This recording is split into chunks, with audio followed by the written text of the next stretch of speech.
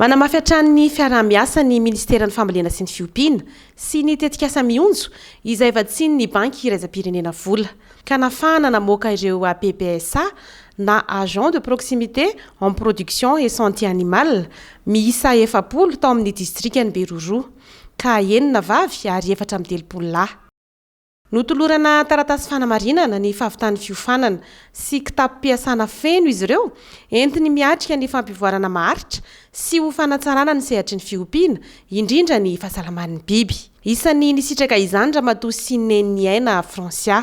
Any ambanivohitra misy any aloha dia tena mankasitraka ny APPSA ary misaotra ny ministeran'ny agriculture sy ny élevage ary misaotra ihany koa ny mpitondra fanjakana ny tetikasa mionjo nanomeny izao fitaovana rehetra izao ary izy nanohana anay baka ambolony ka hatramin'ny farany.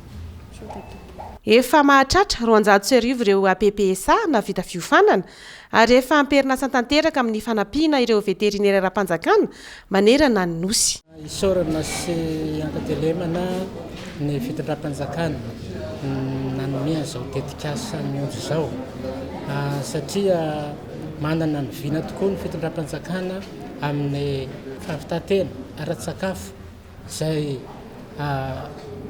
antom-piveloman'ny tatsaha indrindra ny maha olona ny ambanivohitra ny fiompiana ka zava-dehibe tokoa aminay indrindra ato amin'ny faritra atsimo ny fahametrahana an'izao APPSA aty amin'ny faritra ny distrikany Beroro izao.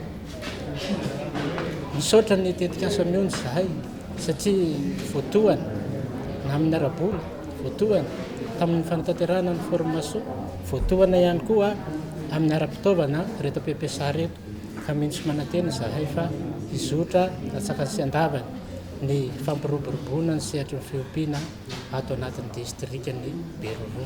Nisy olo-tenan'ny Ministeran'ny Fambolena sy ny Fiompiana ny teknisianina momba ny fiompiana eo anivon'ny fitaliavy amparitry ny fambolena sy ny fiompiana atsimo andrefana notrony ny olo-tenan'ny fitaliavana misana ny sampandrarà momba ny fahasalaman'ny biby na ny direction des services vétérinaires.